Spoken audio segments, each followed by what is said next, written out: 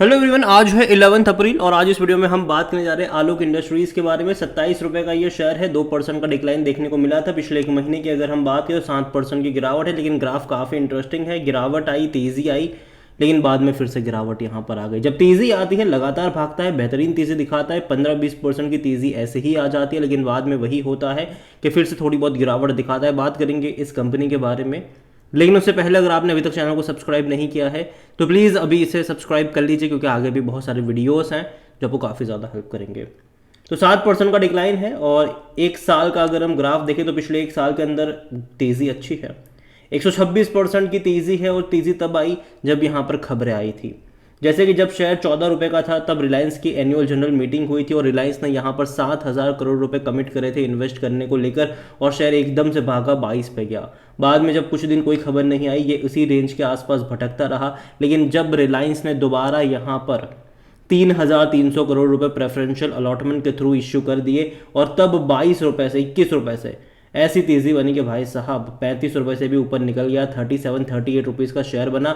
लेकिन बाद में अभी अगर आप देखो तो लगातार गिरावट आ रही है। बीच बीच में अटेम्प्ट भी करता है, लेकिन वो हाफ अटेम्प्ट होता है, फिर वहाँ से गिरता है। लेकिन जब कोई बड़ी खबर यहाँ पर आएगी तब डेफिनेटली यहाँ पर आपको तेज़ी देखने को मिल सकती है। और बड़ी खबर में मुझे लगता है कि क्वार्टरली नंबर्स यहाँ पर इंपॉर्टेंट हो सकते हैं, क्योंकि देखो रिलायंस ने यहाँ पर जो 7,000 करोड़ रुपए प्रॉमिस करे थे, उनमें से जो 3,300 करोड़ रुपए जो इन्होंने इश्यू कर दिए हैं प्रेफरेंशियल के थ्रू, बाकी के जो 3,700 करोड़ रुपए हैं वो एज अ बैंक से लोन के तौर पर लिए जाने वाले हैं। वो पैसा जो है वो बैंक से लोन के तौर पर यहाँ पर लिए जाने वाला है, जिसका सीधा सीधा मतलब यही बनता है कि, और वो लोन ऐसी होगी जो लो कॉस्ट लोन होगी, और उससे कंपनी क्या करेगी, जो पैसा रिलायंस से मिलेगा और जो लो कॉस्ट लोन के जरिए आएगा उसका इस्तेमाल जो है वो कंपनी करने वाली है एक्सपांशन प्लान के लिए। उसके अलावा कंपनी जो डेट लेकर बैठी हो, जो हाई कॉस्ट डेट है, जिसके इंटरेस्ट बहुत ज़्यादा जा रहा है परसेंटेज वाइज, उसको चुकाने में इस्तेमाल करेगी। और जिसका मतलब सीधा सीधा ये होगा कि कंपनी की जो बैलेंस शीट है उसमें इंप्रूवमेंट आ सकता है। यहाँ पर अगर आप वॉल्यूम के बारे में देखो तो 27 लाख से भी ज़्यादा की क्वांटिटी में शेयर ट्रेड होते नजर आए। एक टाइम ऐसा भी था जब ये 100 रुपये के आसपास ट्रेड हो रहा था, तब हालांकि रिलायंस के पास नहीं था, ये किसी और कंपनी के पास था, आलोक इंडस्ट्रीज़। और बाद में देखा जाए तो कंपनी बर्बाद हो गई, दिवालिया हो गई, और रिलायंस ने काफ़ी सस्ते में इसको खरीद लिया। टेक्सटाइल से जुड़ी हुई कंपनी है ये। मार्केट कैप इसका 13,800 करोड़ के आसपास का देखने को मिल रहा है। कंपनी को लेकर अगर आप देखो तो according to Moneycontrol user 100% लोग कह रहे हैं खरीदारी करो। पहली चीज़ मेरी ये है कि एटलीस्ट मैं बेचने की बात यहाँ पर नहीं करूँगा। रीज़न सिंपल है कि यहाँ पर ये न्यूज़ के तौर पर बहुत कुछ यहाँ पर आपको देखने को मिल सकता है फ्यूचर में, क्योंकि देखो अगर जो पैसा आया है 7,000 करोड़ रुपए, उससे कहीं ना कहीं इनकी बैलेंस शीट में इंप्रूवमेंट के चांसेस बढ़ जाएंगे। अगर आप देखोगे इस कंपनी में तो इनके क्वार्टरली रिजल्ट्स को लेकर यहाँ पर कोई अपडेट नहीं आई है कि रिजल्ट्स कब आने वाले हैं, लेकिन उम्मीद करते हैं कि बहुत जल्दी इनके नतीजे आ जाएं और कहीं ना कहीं एटलीस्ट इंप्रूवमेंट आए, क्योंकि पिछले कुछ क्वार्टर के जो नंबर आए वो काफ़ी ख़राब रहे हैं, रेवेन्यू वाइज भी और प्रॉफिट वाइज भी। कंपनी का अगर हम वैल्यूएशन देखेंगे तो इसका जो पी रेशियो है वो नेगेटिव में है। सेक्टर पी भाई साहब जाहिर सी बात है कोई पॉइंट बनता नहीं।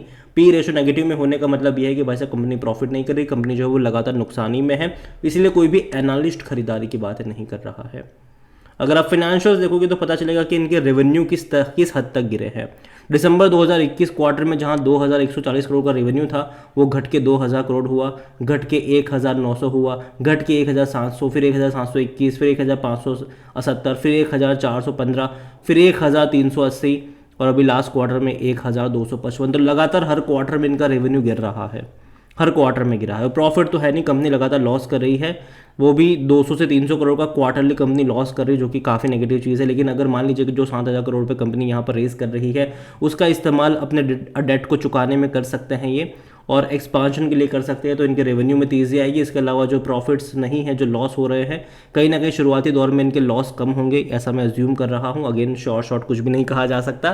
देखो एकदम से प्रॉफिट में नहीं आएगी ये, अभी भी 4-5 क्वार्टर मुझे लगता है कि ये लॉस में रहेंगे, और लेकिन ये ज़रूर है पॉसिबिलिटीज़ कि लॉस इनके धीरे धीरे कम होते आपको नज़र आ सकते हैं, अगर सब कुछ सही रहा तो। ठीक है, ये भी एक पॉसिबिलिटीज़ है कि सब कुछ सही रहा तो ये चीज़ हो सकती है, लेकिन अगर सब कुछ सही नहीं रहा तो दिक्कत यहाँ पर भी हो सकती है। शेयर होल्डिंग को लेकर अगर हम बात करें, जो प्रमोटर उनकी 75% की होल्डिंग है। प्रमोटर में यहाँ पर दो लोग हैं, एक है रिलायंस इंडस्ट्रीज जो 40% के आसपास का स्टेक लेकर बैठे हुए हैं, और जो अभी 3,300 करोड़ रुपए जो इन्होंने इन्फ्यूज़ करे हैं प्रेफरेंशियल अलॉटमेंट के थ्रू, तो वहाँ पर भी शेयर होल्डिंग पैटर्न में चेंज आपको नजर आ सकता है। जेएम फिनेंशियल्स अगर आप देखोगे तो 35% का शेयर उनके पास है, लेकिन हाँ वो भी आप रिलायंस का ही मान के चलो। म्यूचुअल फंड्स यहाँ पर 0.05% पर है। डोमेस्टिक इंस्टीट्यूशन 0.32% का स्टेक लेकर बैठे हैं, और एफआईएस यहाँ पर 2.24% का स्टेक लेकर बैठे हैं। अभी आने वाली शेयर होल्डिंग पैटर्न बहुत ज़्यादा इंपॉर्टेंट हो जाती है कि वो नंबर्स कैसे आते हैं। मैं उम्मीद करता हूँ कि आने वाले शेयर होल्डिंग पैटर्न में एटलीस्ट इंस्टीट्यूशंस बिकवाली ना करें, और रिटेल और अदर के मिलाकर 22.39% का स्टेक है, जिनमें से रिटेल इन्वेस्टर 16.49% पर है और अदर पार्टीज 5.90% का स्टेक लेकर यहाँ पर बैठे हुए हैं। देखिए कंपनी जो है वो ख़राब नहीं है, हालांकि जो प्रेजेंस इसका सिनारियो है वो डेफिनेटली काफ़ी ख़राब है, फंडामेंटली काफ़ी ज़्यादा वीक है। लेकिन जो एक संजीवनी बूटी है इनके लिए वो यही है कि रिलायंस की तरफ से जो पैसा इनको मिलने वाला है उसका अगर सही से इस्तेमाल हुआ और अगर सब कुछ सही रहा तो चीज़ें जो है वो ट्रैक पर लौट सकती है इनके लिए, वो एक इनके लिए पॉसिबल चीज़ है। और हाँ, अगर आप इसका ग्राफ देखोगे तो गिरावट के बाद इसने तेज़ी दिखाई, इससे पहले भी जब तेज़ी आई थी गिरावट आई, तेज़ी आई गिरावट आई, लेकिन जब फंडामेंटली चीज़ें इंप्रूव होगी तब यहाँ पर देखना इंपॉर्टेंट होगा। अभी के लिए तो यहाँ पर कुछ भी कहना मुश्किल है, लेकिन जब फंडामेंटली चीज़ें इंप्रूव होगी तो हो सकता है कि यहाँ पर भी एक हम अच्छी स्टोरी, एक अच्छी कहानी हम यहाँ पर देख पाए। ओवरऑल आलोक को लेकर मैं अभी इतना ही कहूँगा कि जिनके पास है वो होल्ड कर सकता है, डरने वाली कोई बात मुझे अभी यहाँ पर लगती नहीं है, नज़र आप इसके ऊपर बनाए रख सकते हैं। लेकिन फ्रेश बाइंग को लेकर जहाँ तक अप्रोच है, अभी भी ये कहना कि यहाँ से एक बहुत बड़ी तेज़ी दिखा देगा ये जल्दबाजी होगी। ये एक ग्रेजुअली प्रोसेस होगा, टाइम द टाइम यहाँ पर इंप्रूवमेंट आएगा और उसमें टाइम लगेगा, ठीक है। और साथ में एक रिस्क यहाँ पर ऑल भी इन्वॉल्व हो जाता है कि आलोक इंडस्ट्रीज़ जो कंपनी दिवालिया हो चुकी थी और बाद में रिलायंस ने इसको एनसीएलटी में से काफ़ी सस्ते प्राइस पे ख़रीदा था, तब कुछ साल का लॉक इन था कि इतने टाइम तक वो इसको डिलिस्ट नहीं करवा सकते। अब जब वो लॉक इन पीरियड एंड होगा तो कहीं ना कहीं रिलायंस इंडस्ट्रीज़ के ऊपर रहेगा कि वो इसको डिलिस्ट करवाते हैं कि नहीं, और जब कंपनियाँ डिलिस्ट होती है जाहिर सी बात है जो रिटेल इन्वेस्टर है उनको कुछ नहीं मिलता है। लेकिन एक्चुअली मुझे लगता है कि ऐसा नहीं होगा, कंपनी डिलिस्ट नहीं होगी, ये मेरा पर्सनल ओपिनियन है। अगेन ये तो रिलायंस के ऊपर ही डिपेंड करे कि वो यहाँ पर क्या करेंगे, लेकिन जब भी ऐसा कुछ होगा हमें ऑलरेडी एडवांस में भी उसके बारे में पता चल जाएगा, तो अभी से उसके बारे में सोचना भी जल्दबाजी होगी।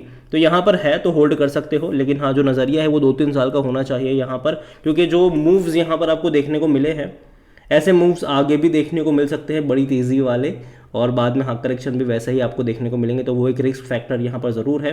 20 रुपीज़ का एक स्ट्रॉन्ग सपोर्ट यहाँ पर नज़र आता है, और मैं इतना ही कहूँगा कि बाय ऑन डिप्स का अप्रोच रखेगा, लेकिन उतना भी ये फंडामेंटली स्ट्रॉन्ग शेयर नहीं है कि आप एक बहुत बड़ी क्वांटिटी खरीद के बैठ जाओ।